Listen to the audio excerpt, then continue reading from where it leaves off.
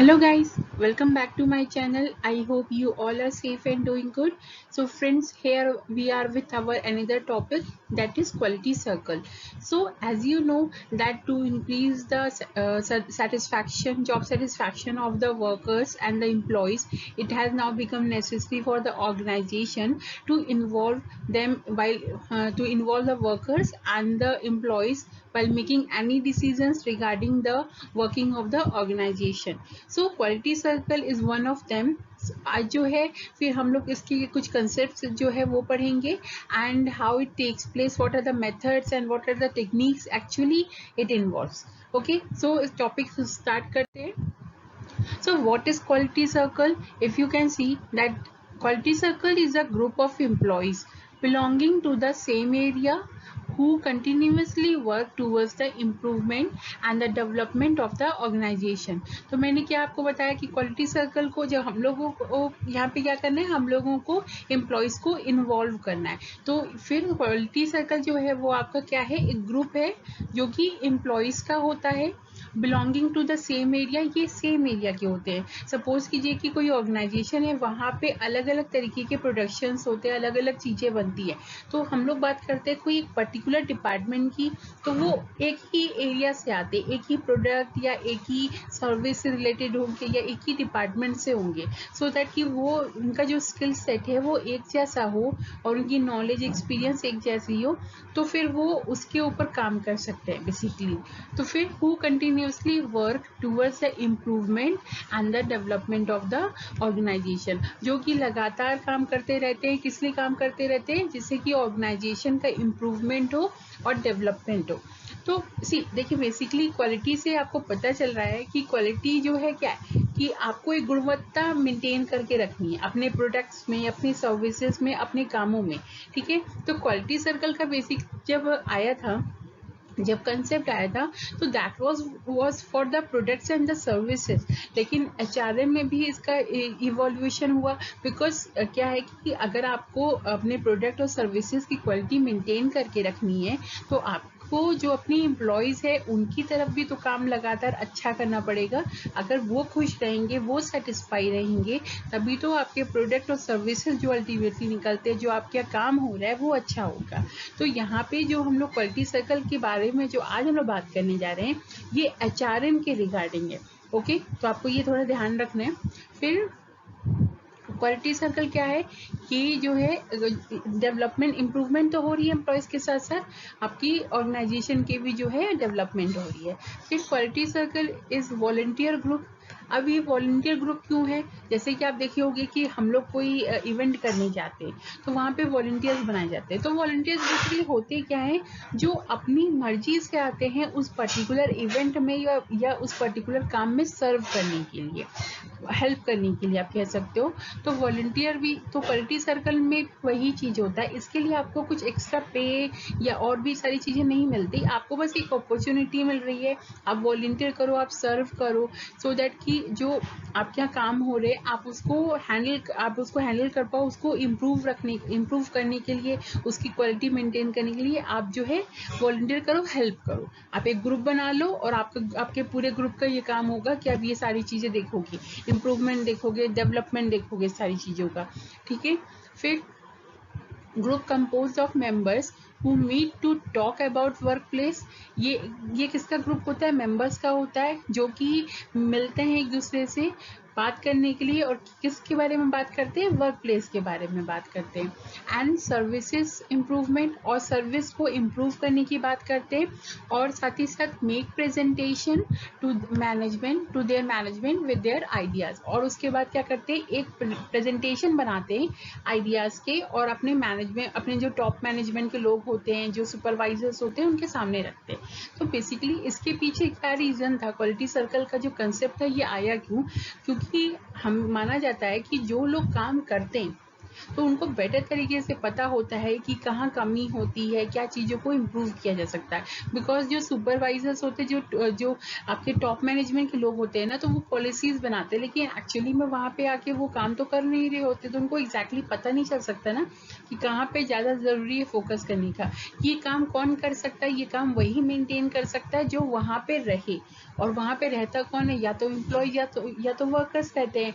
तो quality circle को क्या यहाँ पे क्या मतलब हुआ कि उन्हीं वर्कर्स को, उन्हीं एम्प्लॉयज का आप एक ग्रुप बना दो, और वो एक ग्रुप का काम रहेगा कि वो देखेगा कि वहाँ पे सारी क्वालिटी हर चीज़ों की मेंटेन हो, चाहे वो प्रोडक्ट की हो, चाहे सर्विसेज की हो, चाहे ह्यूमन रिसोर्स मैनेजमेंट की तरफ की जो सारी चीज़ें होती है, जो वहाँ पे ह्यूमन रिसोर्स है, उनकी क्वालिटी पे भी ध्यान देना है यहाँ पे, ठीक है ना।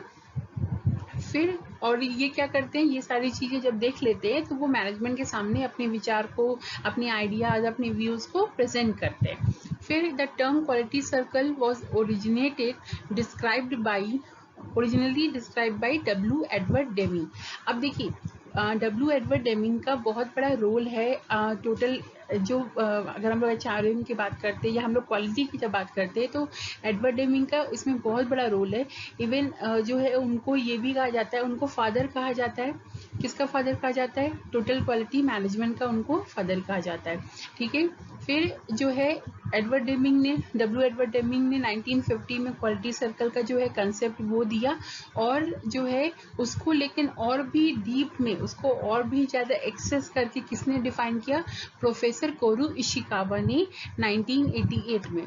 तो आपको ये ध्यान रखना है, अगर आपको क्वेश्चन में पूछता है कि टर्म किसने दिया क्वालिटी सर्कल का, तो यू विल से कि डब्ल्यू एडवर्ड डेमिंग ने दिया 1950 में। और अगर ये पूछा जाए कि किसने इसको एक्सेसिबली डिफाइन किया, तो you will say professor Kourou Ishikawa ने 1988 में। और उनकी जो बुक थी उसमें क्या था? उनकी एक बुक थी जिसमें उसका नाम क्या था? Total quality control. उसमें ही उन्होंने ये चीज़ें जो है बेसिकली बताई थी, ठीक है। इस बुक का नाम what is total quality control था।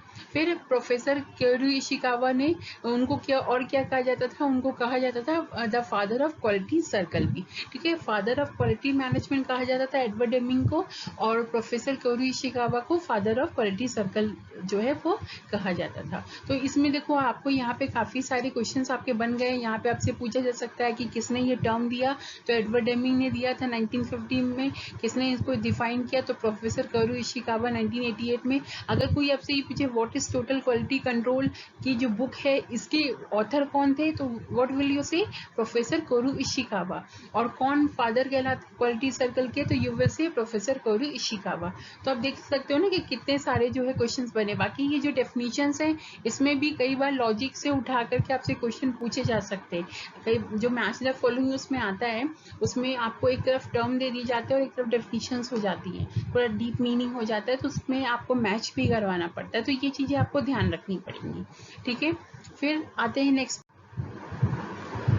फिर इसमें क्या है, ऑब्जेक्टिव्स की अगर हम लोग बात करते हैं, तो ऑब्जेक्टिव्स क्वालिटी सर्कल का जो है क्या मेन एम था, क्या ऑब्जेक्टिव्स थे? To identify, analyse and solve the quality work related problems. अब यहाँ पे क्वालिटी सर्कल का क्या काम होता है? पहले आइडेंटिफाई करते हैं, ठीक है, पहचानते हैं, फिर उसको एनालाइज करते हैं और देखते हैं कि कहाँ पे जो है क्वालिटी से रिलेटेड प्रोग्राम जो है प्रॉब्लम जो है वो आ रही है, ठीक है ना।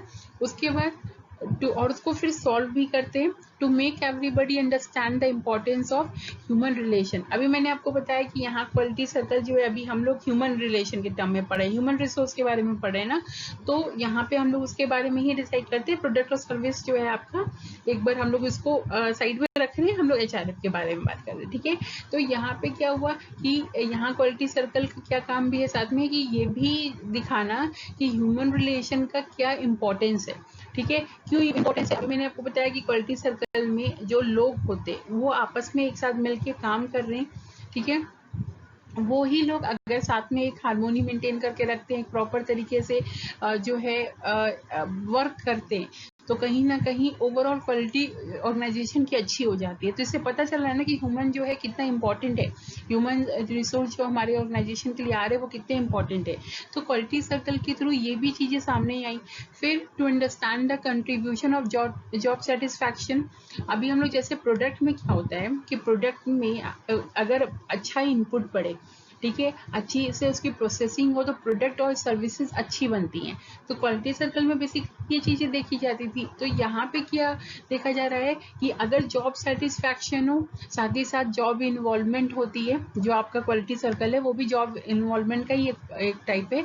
फिर करियर प्लानिंग अगर प्रॉपर मिल रही है, साथ ही साथ HR रिलेटेड पॉलिसीज जो हैं ये अच्छी हैं, ठीक है ना। अगर ये सारी चीजें अच्छी हैं तो इनका कंट्रीब्यूशन रहता है कहीं ना कहीं ऑर्गेनाइजेशन की टोटल एफिशिएंसी क्रिएट करने का, उसको और बढ़ाने का। अगर आपके प्रोडक्ट के इनपुट्स अच्छे होंगे, उनकी क्वालिटी मेंटेन करते हम लोग चलेंगे, तो आपके प्रोडक्ट और सर्विसेज अच्छी निकलेंगी। इसी तरह से अगर हम लोग ह्यूमन रिसोर्स के बारे में बात करते हैं तो ह्यूमन रिसोर्स से क्या क्या चीजें जुड़ी होती हैं। जॉब सेटिस्फैक्शन जुड़ा होता है।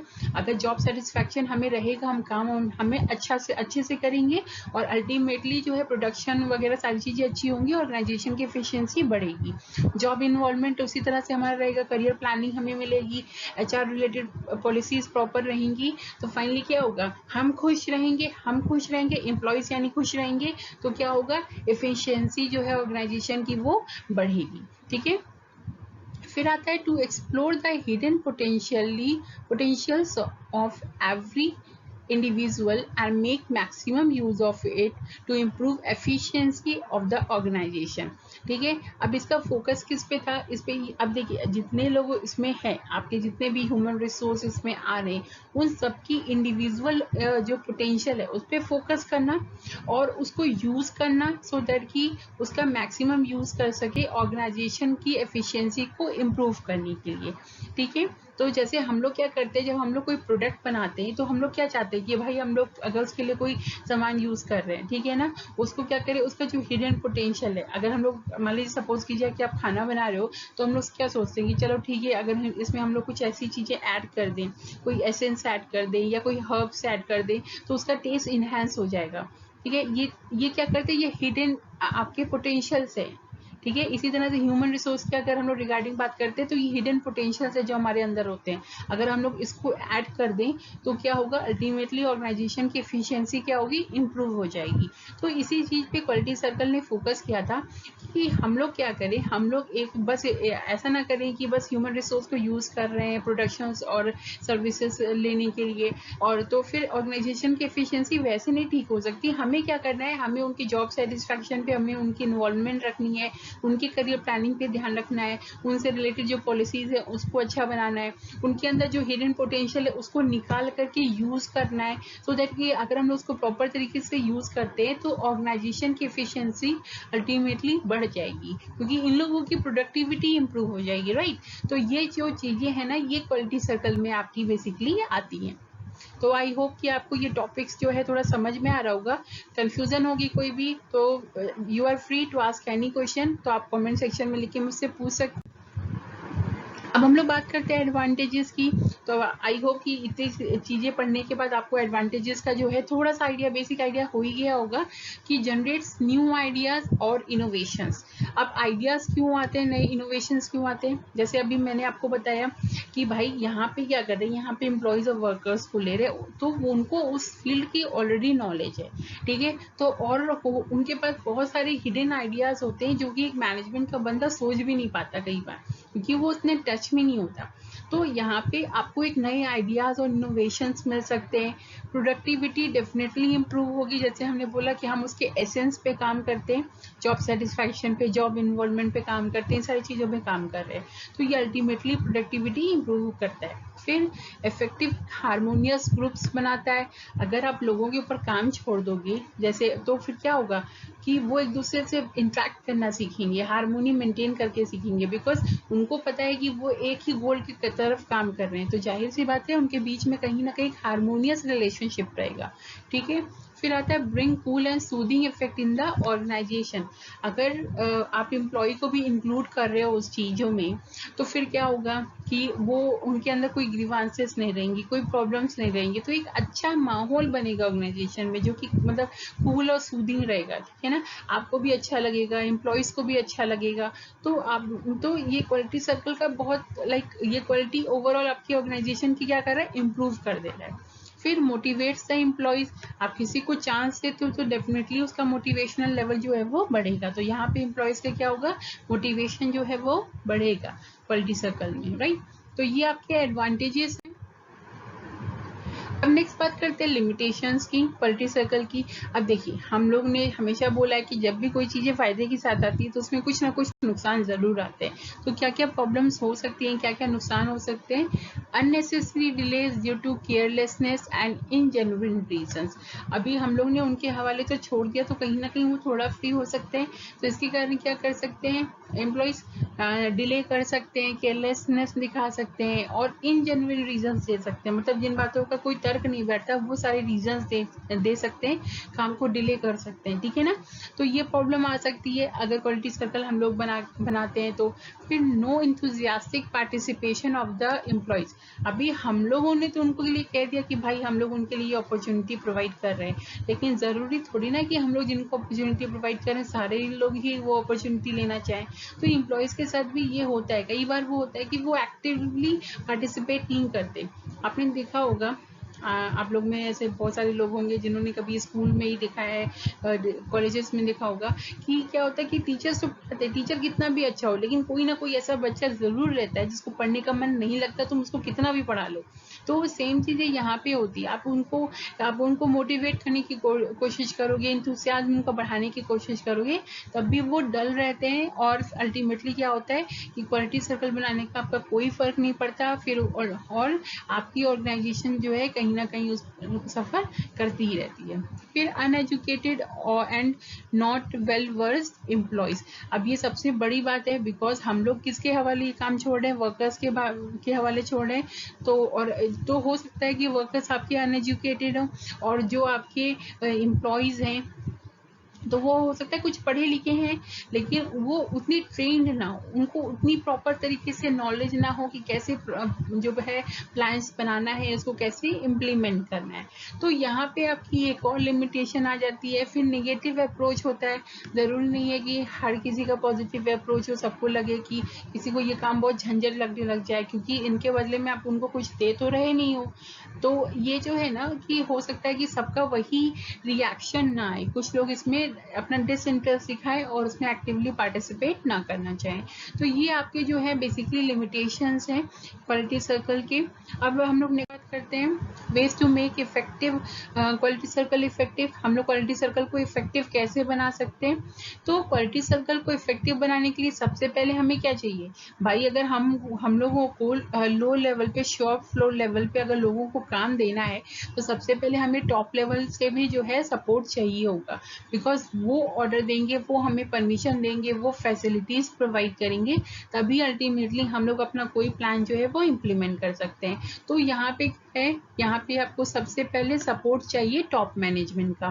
फिर नेक्स्ट बात आती है well educated and trained managers and workers. आपको देखना है कि जो आपके मैनेजर्स हो वो वेल एजुकेटेड हो और ट्रेंड हो, और वर्कर्स को भी आप एक प्रॉपर ट्रेनिंग जो है वो प्रोवाइड करोगे, तभी उनके काम करने का मतलब है। अगर वो पढ़े लिखे नहीं होंगे, वर्कर्स प्रॉपरली ट्रेन नहीं होंगे, मैनेजर्स प्रॉपरली ट्रेन नहीं होगा, तो अल्टीमेटली आपको रिजल्ट जो है वो अच्छा नहीं मिलेगा, ठीक है। तो आपको उनकी ट्रेनिंग पे, उनकी एजुकेशन पे ध्यान देना है। फिर avoiding delays in implementation of suggestion. अगर आपको लगता है कि आपकी क्वालिटी सर्कल वाले जो ग्रुप हैं वो एक अच्छा आइडिया दे रहे हैं, एक अच्छा इनोवेशन है उनकी तरफ से, तो आपको being HR manager you have to implement the suggestion as soon as possible, ठीक है। अगर आप डिले करते हो तो कहते हैं ना कि जस्टिस डिलेड जस्टिस डिनाइड, ठीक है ना। तो अगर आप देर से कोई काम करते हो ना तो उसका कोई मतलब नहीं रह जाता। तो और अल्टीमेटली क्या होगा कि आपकी जो क्वालिटी सर्कल का ग्रुप है उनका भी मोरल लेवल जो है वो डाउन हो जाएगा। तो वो कोई सजेशन देते हैं तो try to implement it as soon as possible, ठीक है। फिर next communicating and sharing productive experiences. आपको क्या करना है, if you are HR manager और if you are the supervisor, you should communicate and share the productive experiences with them। ठीक है, आप क्या करोगे, आपके टाइम पर कोई ऐसी प्रॉब्लम हुई होगी या कोई भी ऐसी परेशानी पहले भी सामने आई होगी, जो हम लोग पढ़ते हैं ना क्रिटिकल इंसिडेंट मेथड, तो उस समय आप लोग ने कैसे उसको टैकल किया, तो ये चीज़ें आप अपने एम्प्लॉयज़ को बताओ जो कि क्वालिटी सर्कल का ग्रुप के मेंबर्स हैं। ठीक है, फिर providing proper time and space, उनको एक टाइम और स्पेस दो ताकि वो अपनी चीज़ों को प्लान कर सकें, उस पर वर्कआउट कर सकें और उसको प्रॉपर तरीके से इम्प्लीमेंट कर सकें। Monitoring regularly and periodically reviewing quality circle. तो आपको क्या करना है, आपको जो है मॉनिटर करना है रेगुलर तौर पे, और एक सर्टेन पीरियड के बाद आपको क्या करना है, आपके क्वालिटी सर्कल को रिव्यू करते रहना है। ठीक है, इससे क्या होगा कि आपको पता चलेगा कि अगर उनके में कोई प्रॉब्लम आ रही है, कोई लूप होल आ रहा है, तो आप उस पर क्या करोगे, उस पर वर्क करोगे। अब आता है traditional versus total quality HRM approaches. तो पहले जो HRM के अप्रोचेस थे और अभी के जो HRM अप्रोचेस हैं, उनमें क्या डिफरेंसेस आया है, तो हम लोग ये चीज़ें देखते हैं। ठीक है, तो अभी जो टोटल क्वालिटी बेस्ड है, बेसिकली ये मॉडर्न अप्रोच है आपका, जिसमें हम लोगों को हर चीज़ क्वालिटी मेंटेन करके चलनी है, और ट्रेडिशनल जो आपका पहले चलता था, तो पहले का जो है ना ट्रेडिशनल अप्रोच था, वो प्रॉफिटेबिलिटी पे ज़्यादा ध्यान देता था, वो उसको प्रॉफिट ज़्यादा चाहिए होता था। ठीक है, सिर्फ प्रोडक्शन पे एंड सिर्फ प्रोडक्शन पे। लेकिन जो आपका टोटल क्वालिटी HRM अप्रोचेस है ना, तो ये क्वालिटी पे भी जो है फोकस करते हैं। ठीक है, यहाँ पे हम लोग किसकी क्वालिटी की बात कर रहे हैं, यहाँ हम लोग अभी HR की क्वालिटी की बात कर रहे हैं। तो वहाँ पे पहले ये तक की थी कि वो इतना काम करे कि सिर्फ प्रॉफिट मिले, लेकिन अभी है कि वो ऐसा काम करे कि क्वालिटी भी मेंटेन होके रहे। फिर close versus open work environment. जो ट्रेडिशनल अप्रोच था ना, वो काफ़ी क्लोज था, बिकॉज आपका बहुत ज़्यादा इंट्रैक्शन नहीं हो सकता था लोगों से, आप जो काम करते थे आप वो करते रहते थे। लेकिन टोटल क्वालिटी HRM अप्रोचेस में क्या हुआ कि आपको ये अपॉर्चुनिटी मिली कि आप क्या कर सकते हो, आप जो है बेसिकली इंट्रैक्ट कर सकते हो, हम ठीक है एक दूसरे से इंट्रैक्ट कर सकते हो, अपने सुपरवाइजर से, टॉप मैनेजमेंट से इंट्रैक्ट कर सकते हो, और जो लूप होल है उस पर वर्क कर सकते हो। फिर फॉर्मल वर्सेस पार्टिसिपेटिव। ट्रेडिशनल वाला बहुत फॉर्मल हुआ करता था, हायरार्की बेस्ड था, लेकिन टोटल क्वालिटी HRM अप्रोचेस में क्या था, इसमें पार्टिसिपेशन है, लोग एक साथ मिलकर के काम करते हैं, ज्वाइंट डिसीजन होता है मैनेजमेंट का भी और साथ में वर्कर्स और एम्प्लॉयज का भी। फिर जॉब ट्रेनिंग। ट्रेडिशनल के समय क्या होती थी, सिर्फ जॉब ट्रेनिंग दी जाती थी, लेकिन जब टोटल क्वालिटी HRM अप्रोचेस है तो उसमें क्या करते हैं, मल्टीपल स्किल ट्रेनिंग्स होती है, यानी कई तरीके की आपकी ट्रेनिंग होती है, जहाँ पे सिर्फ आपको टेक्निकल ही नहीं बल्कि कंसेप्चुअल लेवल पे भी चीज़ें सिखाने के लिए आपको ट्रेनिंग प्रोवाइड की जाती है। फिर पर्सनल वर्सेस साइंटिफिक डिसीजंस। तो ट्रेडिशनल क्या होता था, इसमें क्या चीज़ें हैं कि जो ट्रेडिशनल था ना, कि उसमें बस अपने हिसाब से डिसीजंस लिए जाते थे। ठीक है, तो यानी कि जो मैनेजमेंट होता था वो अपने हिसाब से डिसीजंस ले लेता था, लेकिन जब टोटल क्वालिटी HRM अप्रोचेस आया तो इसमें साइंटिफिकली लॉजिकली हर चीज़ें अरेंज की जाती है, फिर देखा जाता है कि प्रॉपर तरीके से कौन सा डिसीजन जो है वो सही है और उसको कैसे इम्प्लीमेंट करना है। फिर अगर हम लोग फिर बात करते हैं जॉब रिस्पॉन्सिबिलिटी की और जॉब सिक्योरिटी की, तो ट्रेडिशनल HRM अप्रोच क्या करता था, सिर्फ जॉब रिस्पॉन्सिबिलिटी पे ध्यान देता था कि ठीक है आपको ये काम करना है, ये काम करना है, ये काम करना है, बस आपकी क्या रिस्पॉन्सिबिलिटी है बस इसी पे।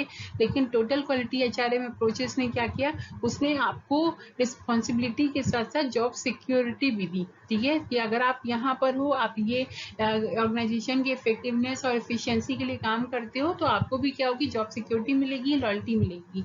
ठीक है, तो ये आपका डिफरेंस है traditional versus total quality HRM approaches में। फिर हम लोग बात करते हैं, ये जो आपका एक टर्म काइजन, ठीक है, तो ये बहुत एक जो है इम्पॉर्टेंट टर्म है। अगर हम लोग टोटल क्वालिटी मैनेजमेंट की बात करें, ये जो टर्म है बेसिकली जापान में जो है पहली बार यूज़ हुआ था। ये इन्वॉल्व हुआ है इंडिया से ही, लेकिन सॉरी ये जो है जापान में पहली बार यूज़ हुआ था। तो इसका मतलब क्या है, इसका मतलब है कि there is always a scope for improvement and perfection is never achieve. तो काइजन के हिसाब से कि हमेशा एक स्कोप रहता है, हमेशा हमेशा एक जो है आपको कोई ना कोई हमेशा किसी ना किसी चीज़ में कोई ना कोई छोटी सी कमी ज़रूर रहती है, आप उसको हमेशा इम्प्रूव कर सकते हो चीज़ों को, ठीक है। तो आप मतलब आप कोशिश करते रहो। टोटल क्वालिटी मैनेजमेंट का, क्वालिटी सर्कल का बेसिकली फोकस इसी चीज़ें पे रहता है ना, कि आपको जो कमी है आप उसको ढूंढो, उसको सही करो, यानी हमेशा इम्प्रूवमेंट करते रहो। फिर it simply means small improvements in an ongoing process to get better output. तो इसमें क्या कर देते हैं कि स्मॉल इम्प्रूवमेंट करो, छोटे छोटे इम्प्रूवमेंट करो और एक लगातार करते रहो, ठीक है, इन an ongoing process, so that कि आपको एक बेटर आउटपुट जो है वो मिल सके। फिर नेक्स्ट आता है इट इज़ ग्रुप एक्टिविटी। जाहिर सी बात है, जब भी हम लोग यहाँ पे क्वालिटी की बात कर रहे हैं तो वो एक ग्रुप एक्टिविटी है and can be executed by ordinary person. और ये एक सिंपल सा बंदा भी, अगर कोई ऑर्गेनाइजेशन में एक छोटा सा सिंपल सा कोई काम करने वाला बंदा है ना, तो वो भी एग्जीक्यूट कर सकता है, उसकी भी जिम्मेदारी है, ऐसा नहीं है कि सिर्फ टॉप लेवल की जिम्मेदारी है। तो क्वालिटी सर्कल आपका बेसिकली इसीलिए बनाया गया था कि जो आपके शॉप फ्लोर लेवल के लोग भी हैं वो भी इन्वॉल्व हो सके उन चीज़ों में। It focuses on details of process. ये इन्होंने क्या किया कि इसमें क्या करते, काइज़न में जो है फोकस करते हैं प्रोसेस पर, ठीक है, जो काम करने का तरीका है उस पर। अगर वो अच्छा होगा तो जाहिर सी बात है जो हमारा प्रोडक्शन मिल रहा है हमें, जो अल्टीमेटली हमें रिजल्ट मिल रहा है वो डेफिनेटली अच्छा होगा। It is people oriented. ये पीपल ओरिएंटेड है क्योंकि लोगों के लिए काम हो रहा है। It has open communication and sharing of information.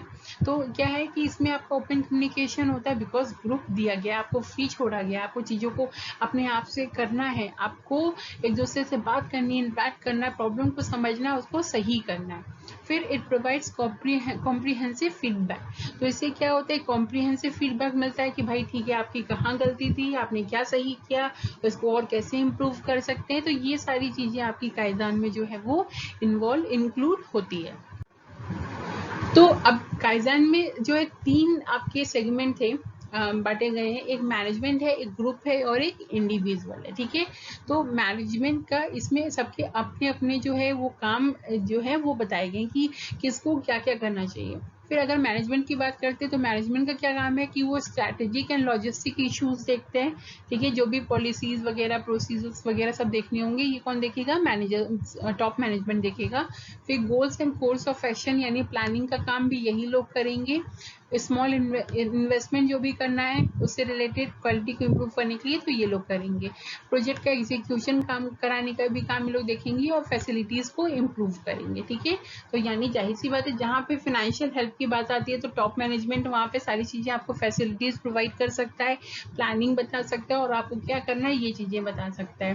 Group का क्या काम है, ग्रुप में आपका सबसे पहले बनता है क्वालिटी सर्कल, जो अभी हम लोग पढ़ रहे थे। इसमें एक आपको फिक्स टाइम मिलता है, एक फिक्स टाइम का जो है प्रोजेक्ट आपको बनाना होता है। प्री डिटरमाइंड गोल्स होते हैं, आपको पहले से पता होना चाहिए कि आप क्या कर रहे हो। मोरल हाई चाहिए और पार्टिसिपेशन चाहिए, ठीक है। तो बेसिकली ग्रुप का मतलब क्या हुआ, यहाँ पे क्वालिटी सर्कल की ही बात हो रही है कि आपको आपने एक प्रोजेक्ट ले लिया जो कि एक फिक्स टाइम का हो कि ठीक है भाई ये प्रोजेक्ट हमने उठाया है तो इतने टाइम में खत्म होना चाहिए। क्या गोल उसमें अचीव करना है ये आपको पता होना चाहिए, आपको अपना मोरल लेवल हाई रखना चाहिए और पार्टिसिपेशन एक्टिवली होना चाहिए सारे मेंबर्स का। फिर इंडिविजुअल की बात करते हैं। तो अभी ये बात हो गई ग्रुप की, ठीक है, वो लोग क्या कर सकते हैं, मैनेजमेंट क्या कर सकता है। लेकिन अगर हम लोग वहाँ के एम्प्लॉय हैं तो हम लोग क्या कर सकते हैं। इंडिविजुअल रिस्पॉन्सिबिलिटी, अभी ये था ना कि जो है एक ऑर्डिनरी पर्सन भी है अगर ऑर्गेनाइजेशन का, तो उसकी उतनी ही रिस्पॉन्सिबिलिटी है क्वालिटी की तरफ ध्यान देने की। Focus on own work area, अगर आप क्या कर सकते हो, आप दूसरे का काम नहीं सही कर सकते, लेकिन जो अपना काम है उसको तो आप सही कर सकते हो ना। तो अपने काम पे फोकस करो और जो भी प्रॉब्लम है उसको सही करते जाओ। Achievement on one's own will, ठीक है, अगर आपकी इच्छा होगी तो आपको डेफिनेटली अचीवमेंट जो है वो मिल जाएगी। फिर है gradual and on spot improvement, ठीक है। तो इसका क्या है कि जो है आप क्या करोगे, अपने अंदर जो इम्प्रूवमेंट लाना वो धीरे धीरे ही आएगी, ग्रेजुअली आएगी। और जो आपको लगता है कि आपके सामने कोई चीज़ गलत है आप उसको तुरंत सही कर दो, तो इससे क्या होगा, ऑन स्पॉट इम्प्रूवमेंट होगी, तो वो गलती दोबारा दोहराने की चांसेस कम हो जाएगी। फिर साथ ही साथ एज ए सपोर्ट सिस्टम। आप क्या कर सकते हो, आप सपोर्ट सिस्टम की तरह ऑर्गेनाइजेशन के साथ खड़े हो सकते हो। आप इंडिविजुअल हो, ऐसा नहीं है कि अगर आप अकेले हो तो आप क्या कर सकते हो, आप बहुत कुछ कर सकते हो। आप अपनी चीज़ों पे ध्यान दो, उसको इम्प्रूव करो, ऑर्गेनाइजेशन के साथ खड़े रहो, जो गलती आपको नजर आती है आप उसको तुरंत सही करवाओ। तो इससे क्या होगा, अल्टीमेटली जो हमारा टोटल क्वालिटी मैनेजमेंट का गोल है, जो हमें टोटल मतलब हमें इम्प्रूवमेंट लाना है, प्रोडक्ट ऑर्गेनाइजेशन का डेवलपमेंट करना है, वो हमें अचीव हो जाएगा। अब देखिए जो प्रोसेस है काइजेन का, ये थोड़ा सा आपका ये है जापानीज वर्ड है, ये सब थोड़े आपके इम्पोर्टेंट है, इनके मीनिंग्स कई बार एग्जाम्स में पूछते हैं और आपको वैसे भी ये याद होनी चाहिए। अब देखिए सबसे पहले हमारी सेरी जो कि बहुत फेमस है भाई, ये तो मेगा से आप लोग मैक्सिमम लोग इसके बारे में जानते होंगे।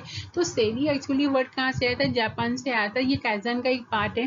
तो इसमें क्या है कि इसमें आपका क्या फोकस किया गया था, इसमें 5 ये रूल्स डिसाइड किए गए थे काइजन में कि अगर आपको काइजन का प्रोसेस करना है तो आपको इन 5 चीजों पे फोकस करना है। तो पहले सेरी आता है। तो सेरी में क्या था, identifying areas of improvement, area के जो इम्प्रूवमेंट के लिए जो एरिया उसको आइडेंटिफाई करो, लाइक डिफेक्टिव प्रोडक्ट्स क्या है, अननेसेसरी टूल्स क्या है, अनइश्यूड मशीनरी है, वर्क इन प्रोग्रेस है, पेपर डॉक्यूमेंट्स है, ये सारी चीजें। तो इनमें कमी क्या है, जैसे कि कोई ऐसी मशीनरी है जो पड़ी हुई खराब हो रही है लेकिन यूज नहीं हो रही। इसी तरह से अगर कोई ऐसा एम्प्लॉय है जो प्रॉपर तरीके से यूज नहीं हो रहा, ठीक है। तो फिर वर्क इन प्रोग्रेस है, पेपर एंड डॉक्यूमेंट्स है, ये जो सारी चीजें, इन सबको आइडेंटिफाई करो और जहाँ पे कमी है उस पर काम करो। फिर आता है सेतों। सेतों में क्या है, place all necessary things in order of priority, need, time etcetera, reduce wastage of efforts and time. तो जो भी चीजें हैं उनको प्रायोरिटी में लगा दो, ठीक है, जो सबसे पहले चाहिए उनको, फिर उसके बाद नीड और टाइम के हिसाब से लगा दो, प्रायोरिटी के हिसाब से। और इससे क्या होगा, आपकी वेस्टेज बच जाएगी, एफर्ट टाइम बच जाएगा। तो बेसिकली ह्यूमन रिसोर्स का में बात करें तो वो करियर प्लानिंग और ये सारी चीजें यही इसीलिए की जाती है ना, ह्यूमन रिसोर्स प्लानिंग वगैरह, कि भाई आपको जो पहले एम्प्लॉय चाहिए आप उसको बिल्कुल सीरियल में एकदम आप उसको लाइन में लगा दो। फिर सेसों में maintaining cleanliness and hygiene at work place, arranging all things systematically. आपको यहाँ पे क्या करना है, आपको वर्क प्लेस पे हाइजीन और क्लीनलीनेस जो है मेंटेन करके रखनी है और सिस्टमेटिकली काम करना है। तो देखिए कितना है ये जापान में ये सारी चीजों पे कितना फोकस किया जाता है, क्योंकि आपको भी वही चीजें करनी है, आपको वर्क प्लेस पे क्लीनिंग जो है मेंटेन करके रखनी है। फिर अच्छा, एक था सिकेसु, maintain personal hygiene and cleanliness and health. तो आपको यहाँ पे सिर्फ वर्क प्लेस की नहीं बल्कि खुद की भी जो हाइजीन और क्लीन जो आपको साफ सफाई है, ये सारी चीजें क्या करनी है, आपको मेंटेन करके रखनी है, अपनी हेल्थ को मेंटेन करके रखना है, ठीक है। अगर आप नहीं सही रहोगे तो आपका जो प्रोडक्टिविटी है, जो आपका काम है, वो भी सही नहीं होगा। अगर ऑर्गेनाइजेशन भी गंदा है तो ऑर्गेनाइजेशन भी क्या होगा, आपका जो काम है वो सही से नहीं होगा। फिर सुखी आता है, maintain discipline and execute the work. तो अभी जब आप कहीं पे काम कर रहे हो तो वहां पे आपको डिसिप्लिन मेंटेन करना है और साथ ही साथ काम को प्रॉपर तरीके से एग्जीक्यूट करना है। तो ये आपके 5 जो है टर्म्स है काइजन के, और काइजन के में इनके 5 मीनिंग है। सीरी का मतलब क्या हो गया कि डिफेक्ट को पहचानो, सीतों का मतलब क्या हो गया, प्रायोरिटी के हिसाब से अरेंज करो, सीसो का मतलब क्या हुआ, सफाई वर्क प्लेस पे, सिकेसु का मतलब क्या हुआ, सफाई खुद की, और शिसुके का मतलब क्या हुआ, डिसिप्लिन को मेंटेन करना। तो ये आपका था प्रोसेस था काइजन का। तो आई होप कि आपको ये जो सारी चीजें समझ में आएंगी। क्वालिटी सर्कल जो कि है बेसिकली आपका ये किसने दिया था, एडवर्ड डेमिंग ने।